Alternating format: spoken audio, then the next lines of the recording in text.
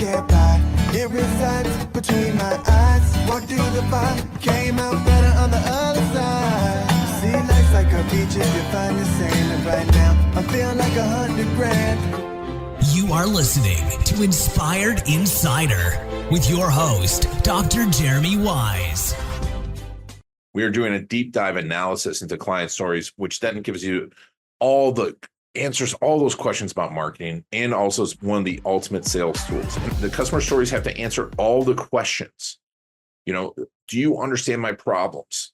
Have you helped someone else like me with those problems? So case stories help you find the foot in the door, and then you have case stories of the foot in the door working. So case stories present you as the expert. Dr. Jeremy Weiss here, founder of InspiredInsider.com, where I talk with inspirational entrepreneurs and leaders. Today is no different. I have Ian Garlic. If you want to check out videocasestory.com or testimonialbook.com, I actually had Ian on the podcast before, and people have heard me talk about him. One of the crazy things, I always love listening to that episode, Ian, because it gets my creative juices flowing. And because we talked about having live dolphins in a restaurant. And so people can, if you want to know what I'm talking about, you go back and listen to the other episode. But before I formally introduce Ian, I always like to point out other episodes of the podcast people should check out. I had one with Dan Cushell. We were just talking about Dan. And he really had some health issues, like major health issues. They landed him in the hospital from the stress of running a business, et cetera. He's built up multiple seven-figure businesses, and he talks about that. Jason Swank actually was on twice. I think, Ian, this is your second appearance, so now you're matching Jason. Great. Jason had more. Yeah, I'm back behind Ed O'Keefe and Dan Cushell and Perry Marshall. Jason Swank. 2 episodes. One, how he built up his agency to 8 figures and sold it. And the other one, how he'd been buying up agencies. And obviously he runs the agency group, Agency 360. Another really good one is our friend Todd Taskey. And he talks about, he helps match private equity with agencies, and he has the Second Bite podcast. So Second Bite, because when the agency sells private equity and the private equity sells again, sometimes agency owners make more on the second bite than they do on the first, right? And so he's really educated me on what a potential sale could look like. It doesn't mean walking away and sitting on the beach, but you just keep doing what you're doing under a larger entity, right? You're about to say something. Every time I hear Todd Taskey's name, I think of Bill Brasky from Saturday Night Live. Do you remember that? No, I don't. You got to insert that here. So it's like an ongoing skit about the greatest the greatest salesperson, Bill Brasky. We'll put a link in the show notes. Okay, we'll put a link in the show notes. And this episode is brought to you by Rise 25, of course. At Rise 25, we help businesses give to and connect to their dream relationships and partnerships. How do we do that? We do that by helping you run your podcast. We're an easy button for a company to launch and run a podcast, and we do the accountability, the strategy, and the full execution. Ian knows this. We're kind of like magic elves that run in the background and make it look easy for the host and the company so they can develop amazing relationships, amazing content, and just focus actually on running their company. For me, John reminds me of a magic elf. I could see him dressing up as one, actually. The number one thing in my life is relationships, and I'm always looking at ways to give to my best relationships. And I have found really no better way over the past decade to profile the people and companies I most admire and share with the world what they're working on. Sometimes that means multiple times on the podcast, like Ian. But I'm going to formally introduce Ian. If you're looking at the video, he's got a really cool studio setup with the Ian Garlic Studio, or the Garlic Studio emblem in the background. But Ian is a top video marketing and content expert. He's, has some of the top marketers and service professionals as clients over the years. He is a force to be reckoned with in marketing. I don't just mean that in marketing, but he also stands at 6'7". So if you can't tell from the video, he is large. I'm not doing him justice really, because he did help pioneer a lot in the video marketing agency space. He's been doing this for, who knows, over 15 years, from large hotel chains and medical offices to small businesses, even to NFL Hall of Famers. And he really helps companies tell their story and get more clients through producing video case stories, right? We're going to talk about really the no selling sales system. He also has a podcast, of course. He's had people like Gary Vaynerchuk, Ryan Dice, Neil Patel, many more.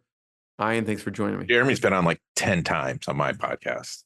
I don't think so. I think once, actually. No. The no selling sales system. So just start off before we launch into that. Talk about video case story and what you do. So video case story, people, you need customers, you need your client stories. It's the most important thing. And I boiled it. I didn't start there, but we started with YouTube marketing and, 17 years ago, really started with YouTube marketing. And then we started the agency. We did a lot of other stuff, and we do the core, what I call the core 4 videos. We help people land their dream clients through YouTube and become the authority by the time someone walks through the door. What we found was the customer stories were not only one of the most powerful things, but when you do great stories and you interview the clients and do a process, you find out other things like what is your foot in the door, how to sell it, what are their real problems. So it's more than just producing video case stories for YouTube. We are doing a deep dive analysis into client stories, which then gives you all the answers, all those questions about marketing, and also is one of the ultimate sales tools. And that's actually where I got my start, was using video case stories and a tool that became what we call the case story tackle box. I kept all my case stories in one place. I'd go to a sales meeting and I'd be ready with a bunch of stories. And then I'd follow up with them with the videos of those stories. And that process is what we do. It's transformed. I've sold millions and millions of dollars of agency services, helped people grow 7- and 8-figure businesses on the back of it. But it all starts with the video case story. And that's why we're called videocasestory.com now. Core 4 videos. Talk about that for a second. Yeah. So there's about 10 types of videos you can make. Everyone's big on shorts, micro content. You can make video blog posts, which a lot of people make. Those rambling, talking video blog posts.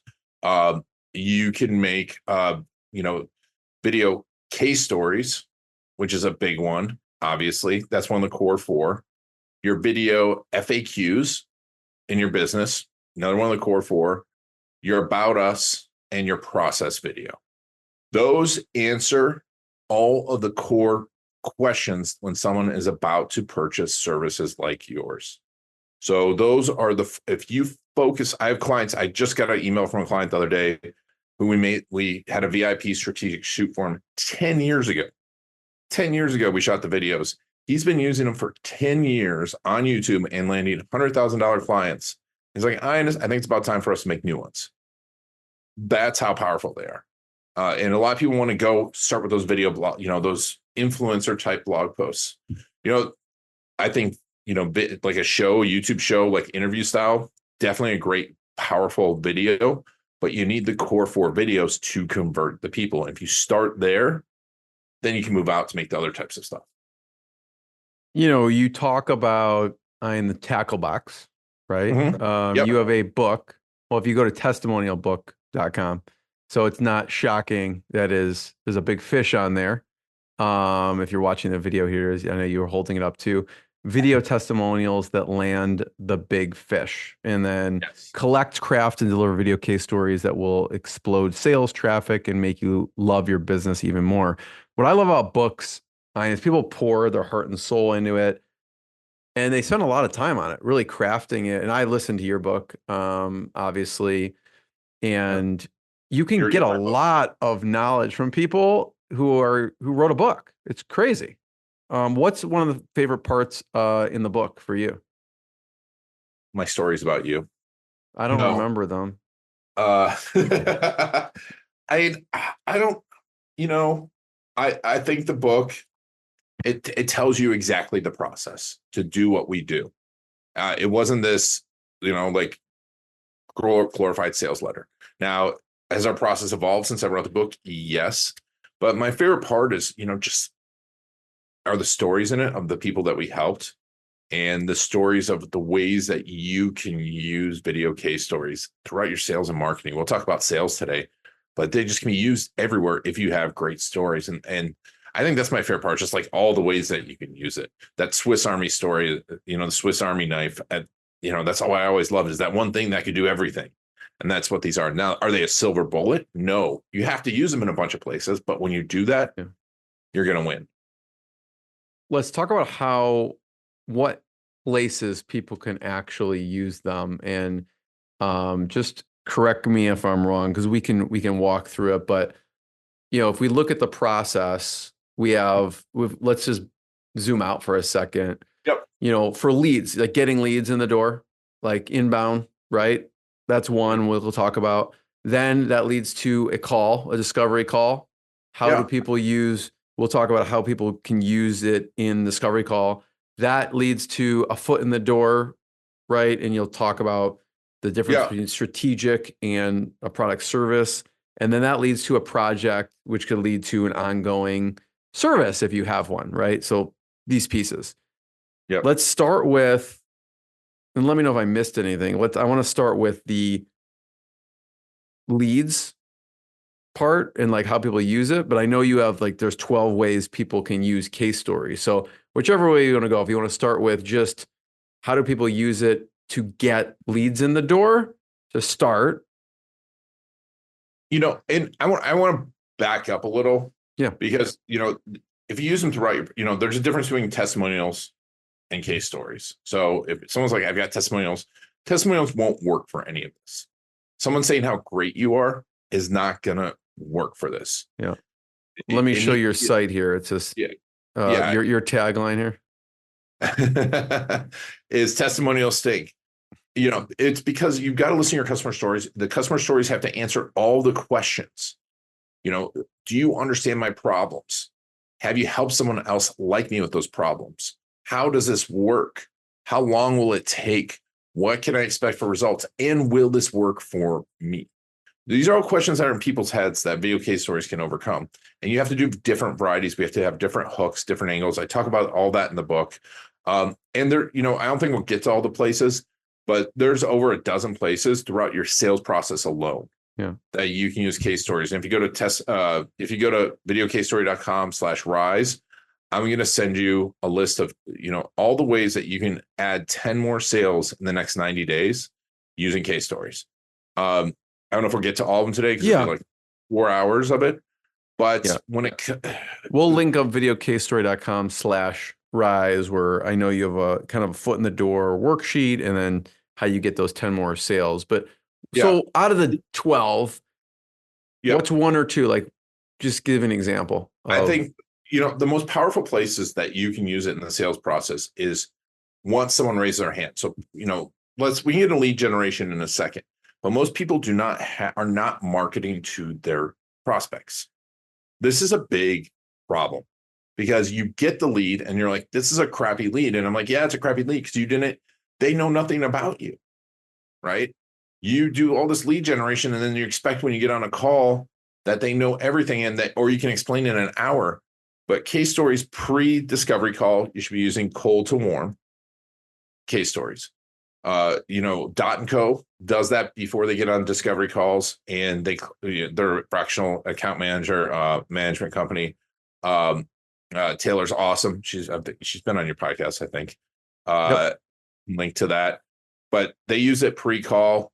People come in sold. They're one of our clients.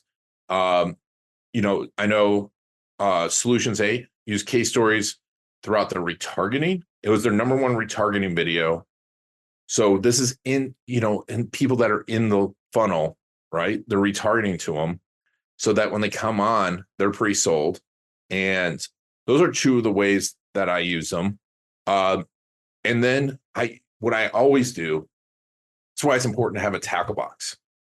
I will go before I get on, do some research about the person, hopefully have some information about what their problems are. And if I don't, I'll do this after the discovery call and go through all of our stories. So when I hop on the next call, I'll start dropping stories and go, hey, your leads kind of suck, or hey, you're getting commoditized.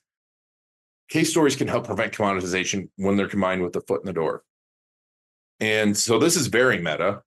So I'm doing that, and then I'm sending the video about the case stories? Well, going through the tackle box process and listening to your stories of the problems actually helped me to develop my foot in the door. Because my foot in the door has had like 20 different iterations and moved from a strategic, or went from a product-based foot in the door into a strategic foot in the door because of case stories. Listening to the stories actually improved my sales process. And so it becomes meta, right? But if you're using them throughout the sales process, and then, in between you're using them. But one of the best things, the fastest ways I think people can start closing more business with case stories is using them in follow-up, right? A great way to do is regularly collect your case stories and go, hey, it's been 3 months. Here's someone just like you that started 3 months ago. Look at their results. Do you want to wait another 3 months or another year, right? That's going to get someone's attention instead of going, hey, just following up, seeing how you're doing. It's like, all right. Yeah, sending something that's valuable. So I could see when you're talking about in the leads category, 2 examples you gave. One was you could use them for retargeting. 2, you can actually reach out proactively, or if they reach out to you, just send it as a nurture sequence. And then we get to the discovery call, right? So now they're on with a team member. How should people use it in that part of the process? They should be dropping the names, dropping the stories throughout the discovery call. Like, oh, you have that problem? You know what? Jeremy was giving away his strategy, right? He was just giving away. He spent 2-3 hours on strategy calls, free strategy calls, and then there are 3 hours on proposals until we used the case story process to find his foot in the door, and he started to sell a strategic offer.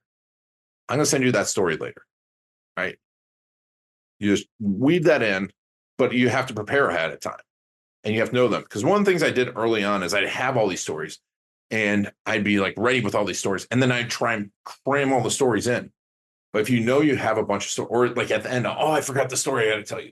But if you have a tackle box, and the reason I call it tackle box is because you have the hooks and angles and all your stories in one place, you're landing a big fish, you should have one place. So if you review that pre-discovery call, it's top of mind.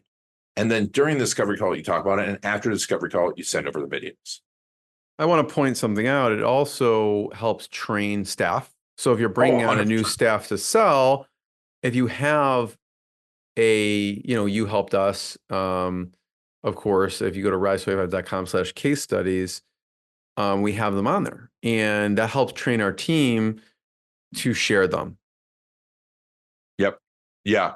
And Jason Swank, we talked about, he brought on a salesperson, had him working within 60 days. You can train them on that. And actually, Jeremy, I look back, and the case stories arose out of me selling agency consultative marketing, right? Services almost 20 years ago, when no one knew what SEO was, right? Before there was, probably 6 people had podcasts back then. And I'd go in and be like, oh, SEO, blah, blah, blah, website, blah, blah, blah. Here's what we're going to do to optimize your website. And people are like, right, they have no idea what's going on. So I learned from the best. The top 2 or 3 people were selling a story. I watched them. They collected the stories and they used them. And the other thing that I saw them do was sell something small first, a foot in the door. Now, I've evolved that a lot since then, over 20 years. And my foot in the doors had like literally probably 50 different evolutions over that time. But those are all ways that case stories, I've used them. And that's why I help other people with them. So we go from the leads part to then discovery part to sell something small, foot in the door. How can people use it in the foot in the door? And maybe explain a little bit of what you mean by that if someone's not familiar. Yeah. So I just got on a call with someone who had seen my stories.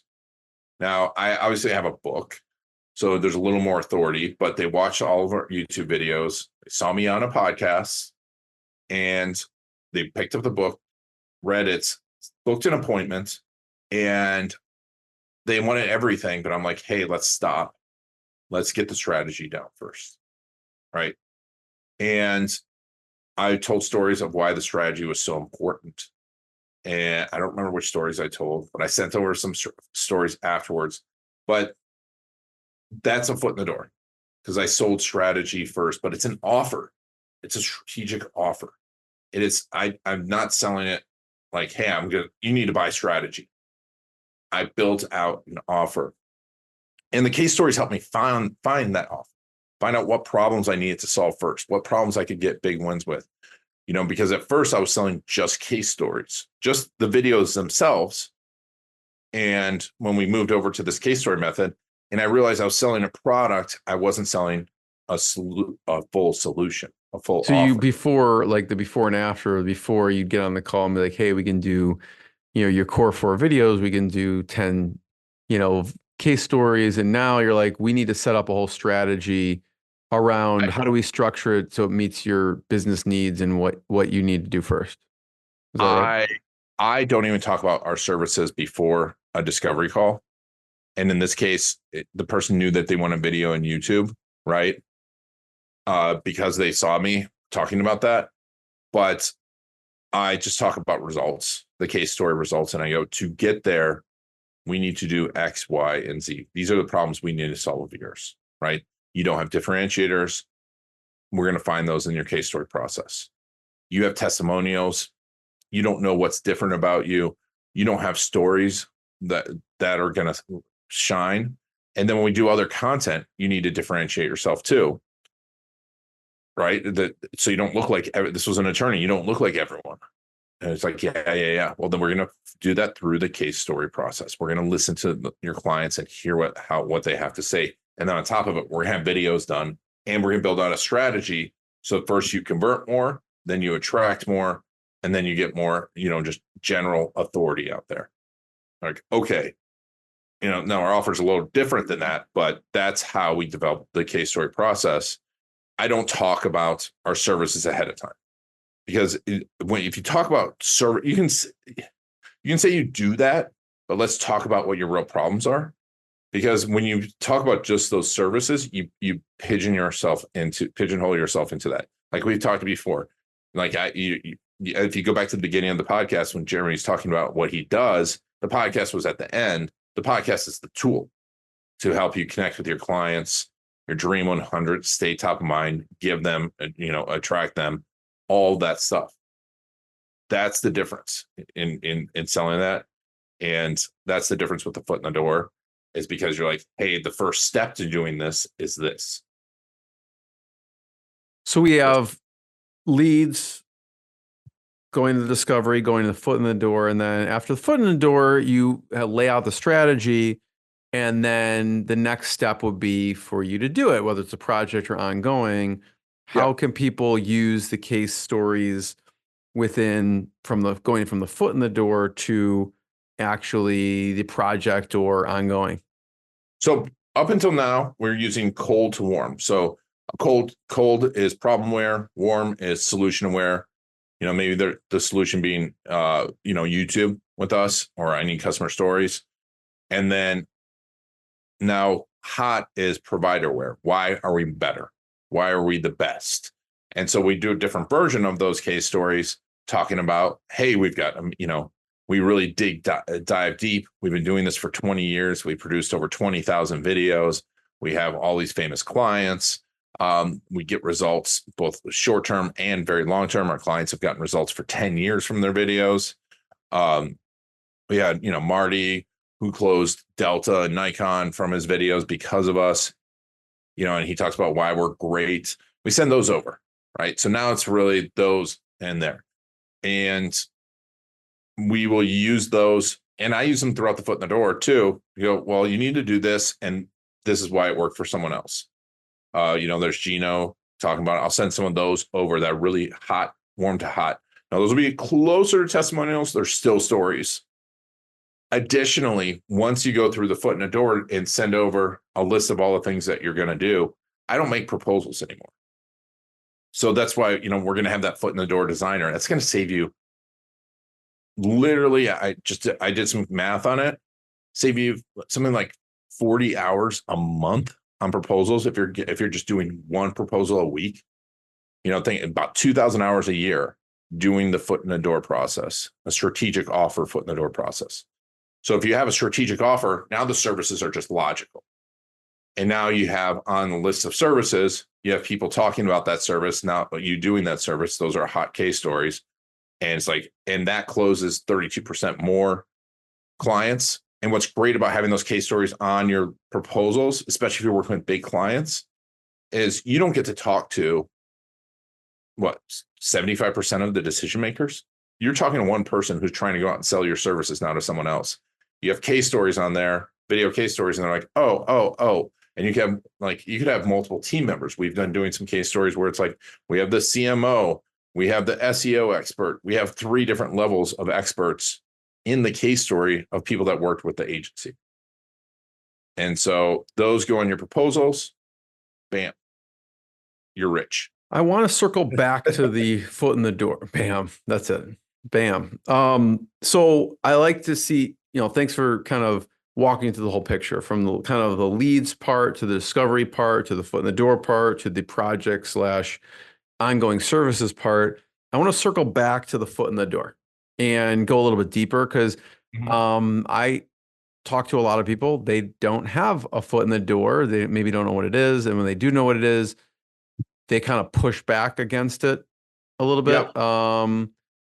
So talk about the foot in the door. What's the objections you get? Because you told us early on many years ago, you guys should do a foot in the door, and I listened. And it's probably one of the best things that we did. And it evolved, right? If not the best thing we did, and I would simplify, but I'll have you talk about it, but I would simplify it as like, listen, go and, really sell the strategy and the roadmap for doing this, which is very, very valuable. And for a lower price, and obviously it's a lower commitment, and we get to demonstrate in our knowledge, our expertise, and we get to deliver a crap ton of value to someone in a shorter period of time for less money. So they can see, wow, these people, we get them results, and they're like, wow, these people know what they're doing.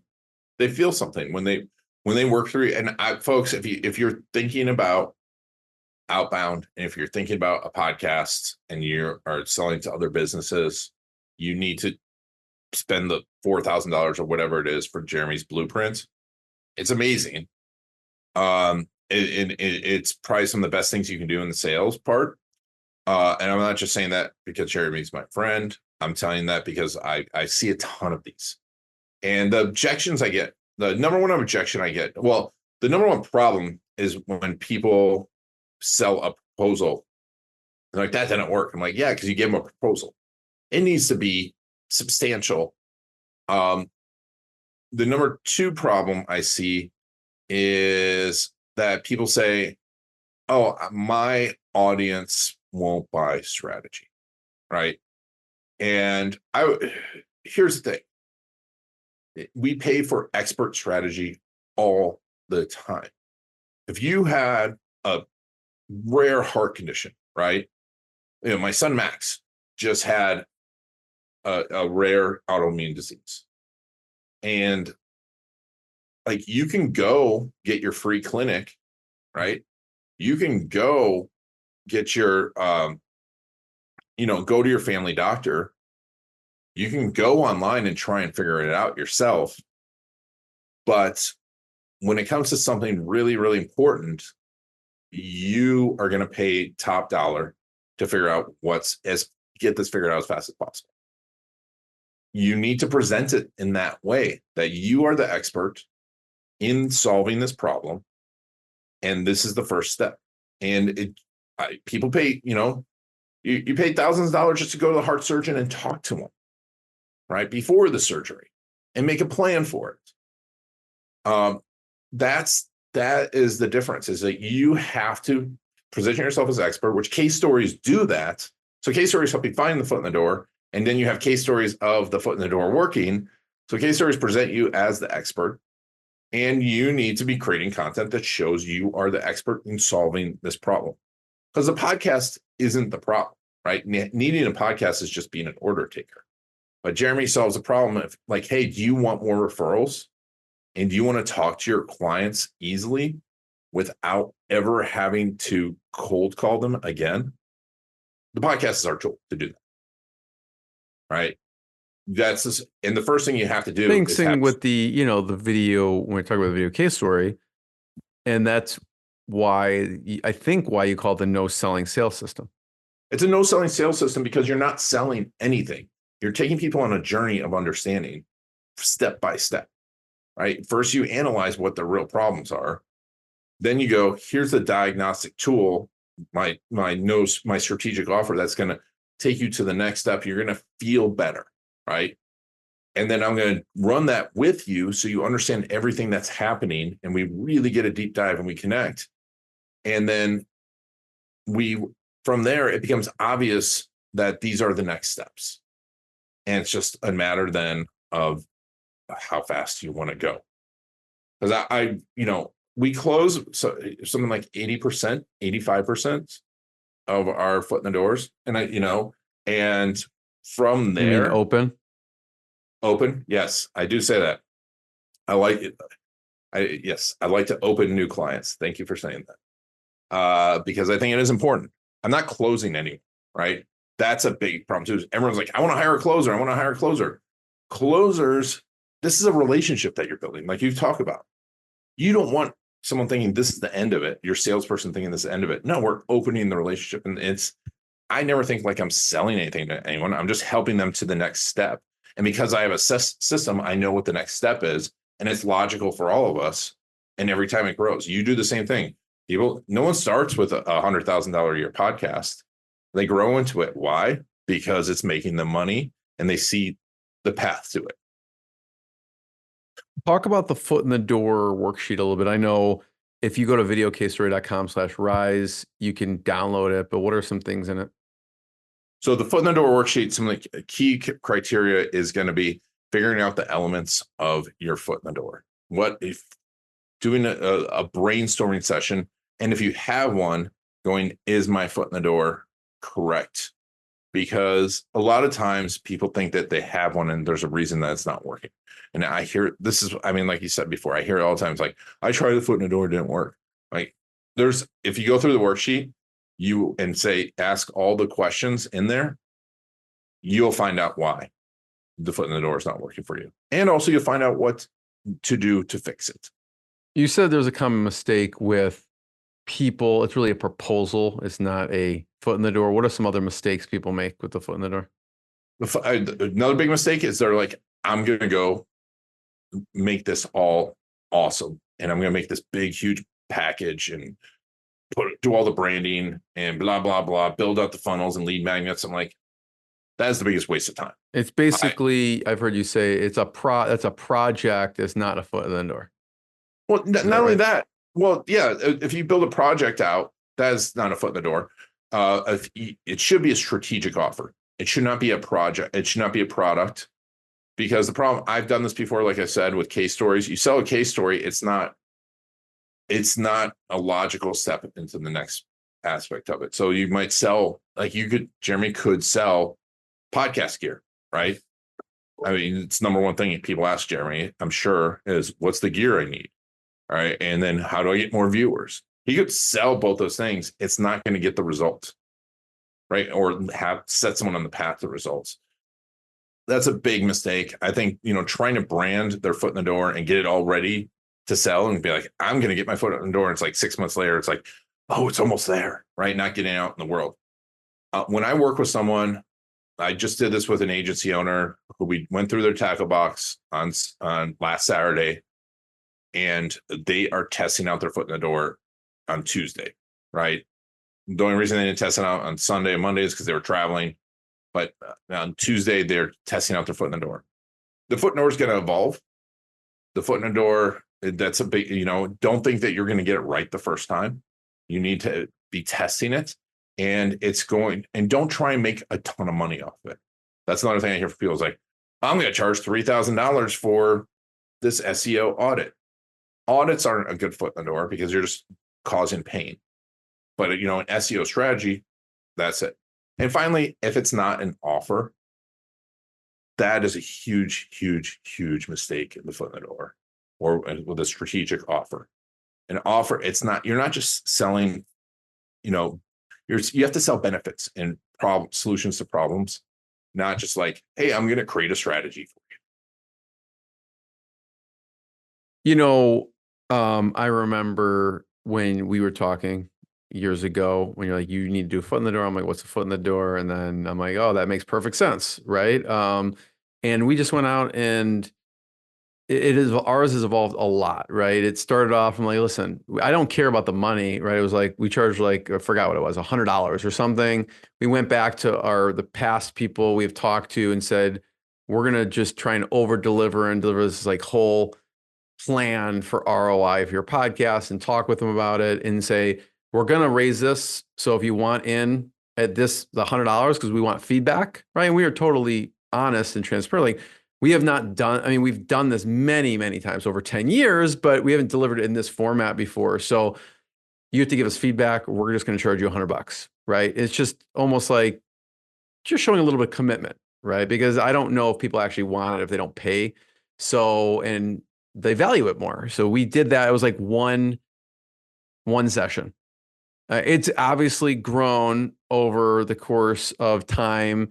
And we've spent a lot of time improving the foot in the door. And now it's 3 sessions because we're like, oh, we can't cover everything we want in 1 session. Then we made it 2 sessions. And they're like, we can't cover everything we want to cover in 2 sessions. Now it's 3 sessions. And who knows by the time you listen to this, but Yeah. we try and leave no stone unturned when it comes to the whole strategy. So that's kind of a testament to you saying, just get it out the door, keep improving it and, iterating.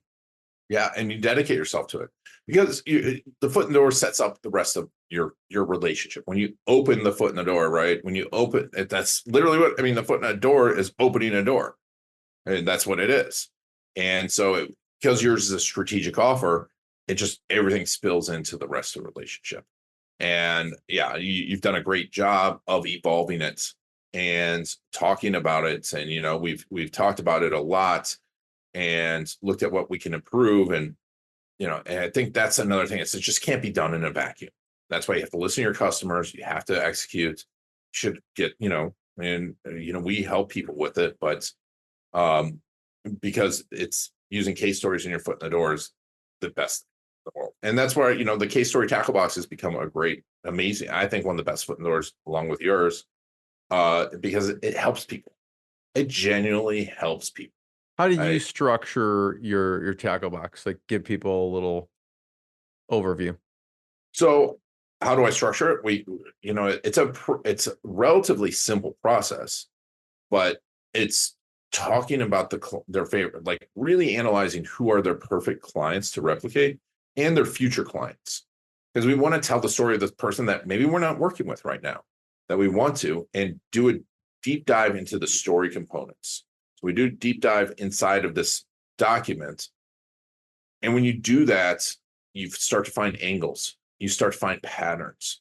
None of us I don't know anyone that talks about their, 10 of their customers at one time. Right. Unless you can talk about the project and how it's going and like what's not going right in it, but you're not talking about what went well and who that person is and what's the similarities. So we find niches within there. We find extra services that they need that we can produce. Right. You're great at listening to your customers and going, what are they asking for? And creating that within the realm of it. And so we go through all of that and then we plan out the stories we're going to collect because so many people are like, oh, I'm just going to do a testimonial. I'm going to send a videographer out there. You're like, what? All right. You can't, this person knows nothing about your client. And you can't just use, if you had a giant court case against your business, right? And you hired an attorney and the attorney, the lead witness comes up on the stand and the attorney pulls out ChatGPT and goes, what are the top 20 questions I should ask this person? You'd be pretty pissed off. But that's what people are doing with their most valuable thing, their customer stories. And so what we do is we have this planning part. And then on the back end of it, we collect the stories and then we analyze the stories. And every time people are like, I didn't know that happened. I didn't know that about my clients. And the bigger the company, the more you need to do this, because you get further and further away from your stories. And the first story in the book, and I'm sorry to spoil it, is Walt Disney. Walt Disney would sit and watch people come in through the gates of Disney World, count how many steps they took before they threw away a piece of trash, because he wants to put trash cans there. He would stand in line. Walt Disney was the most famous person in the world, right? And he would stand in line at Walt Disneyland and ask people about the line, right? Because he knew this was the most important thing. So that's why we built this tackle box. And from there, obviously, we make videos, we create strategy. A lot of times I'm like, hey, you should probably do a podcast. We don't do that, but we know the best, right? You should probably do this. And I become the strategic advisor, the trusted advisor to these people because of it. I may be attributing this quote to the wrong person, but I'm going to say it anyways. And so Brian Kurtz, who's like a good friend, colleague, mentor. Brian's the best. I bought, he has a great book, Over Deliver, but he, at the time, he owns the rights to Breakthrough Advertising. So I bought Breakthrough Advertising. Eugene Schwartz is the author, amazing marketer, copywriter. And I think this, you may know, but I think this is attributed to Eugene Schwartz, but he said, or someone said, copy is not written, it's assembled. And kind of what you're talking about with that is taking what people said, right? Which we're talking about in the form of stories, and assembling it so that it sells, right? Exactly. Well, and also, because you can say, hey, we're the most experienced, or you can say, hey, we're the most strategic. That means nothing. But when you have the words of a client, and we had one that was like a customer service one that was, we're like, well, can you explain to us the quality of their customer service? And he goes, watch this. And he picks up the phone and he calls the head of whatever, head of strategy. The guy picks up at one ring and it's like, hey, Bill, how can I help you? Right? That demonstrates the customer service. That is a hook. Watch this is an amazing hook, but you need that other person saying it. Yeah, I love listening. And actually, at some point we could talk about the giants of direct response, but like some of the top copywriters in the world do this so well. They tell the stories inside the copy, and some of the best ones, they'll interview like 100 of the person's customers or clients before writing the copy. 100%. Rick Cesari's, the George Foreman grill didn't do too bad, right? And that's what Rick Cesari's method was, right? Is talking to the customers, not a focus group, interviewing the customers.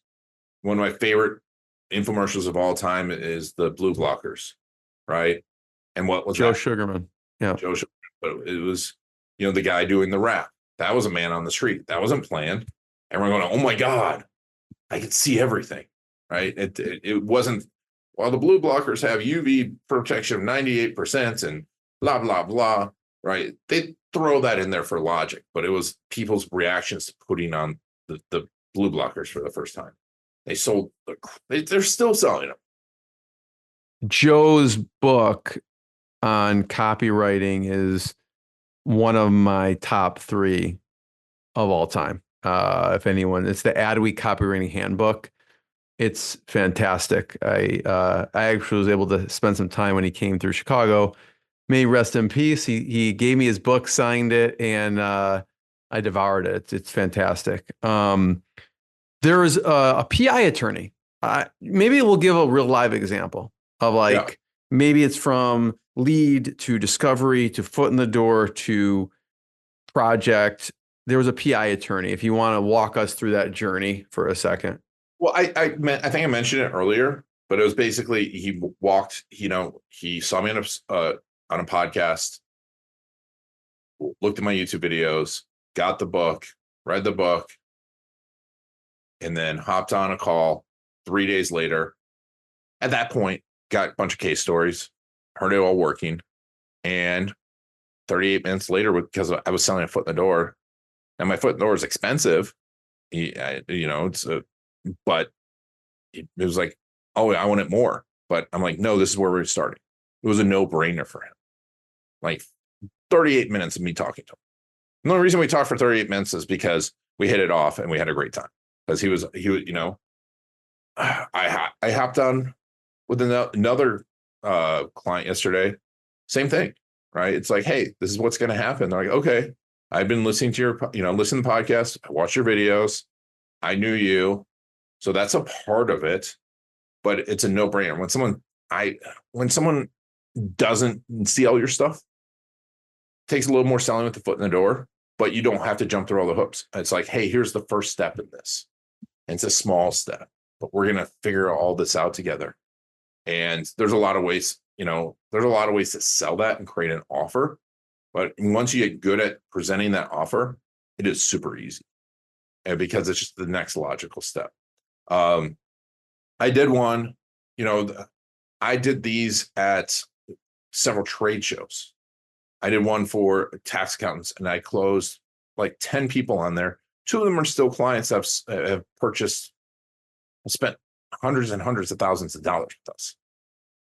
Right? Because I set myself up as the trusted advisor and I fulfilled on it, right? You can't set yourself up as a trusted advisor and not fulfilled on it continuously. Right. People continue with you because they get results from it. Yeah, but also the reason that they get results is because they trust me. I'm a trusted advisor. We have a strategy in place. They trust the strategy and it's a holistic strategy. They're not going looking 20 other places and going, well, I got a podcast from Jeremy, but the podcast over there is cheaper, right? Once someone goes through Jeremy's blueprint, they're like, oh, there's never going to be anything like this. It's not about podcasting. It's about this. Same thing with us. Once they go through the tackle box process, everyone's like, oh, I get it now.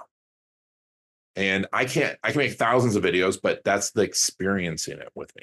And once they get it and it starts working, it's off to the races. videocasestory.com/rise. We talked about the foot in the door worksheet. And then there's some other resources on there. Maybe touch on the 10 more sales piece. Yeah. So we talked about this, but go into depth. I have a worksheet, how to get 10 more sales using video case stories in the next 90 days. And we go deeper into why video case stories are important. And there'll be a link to get the book for really cheap too. So the book, like I said, explains, like my 1-star review on Amazon is like, hey, this is work. I'm like, yes, it is work.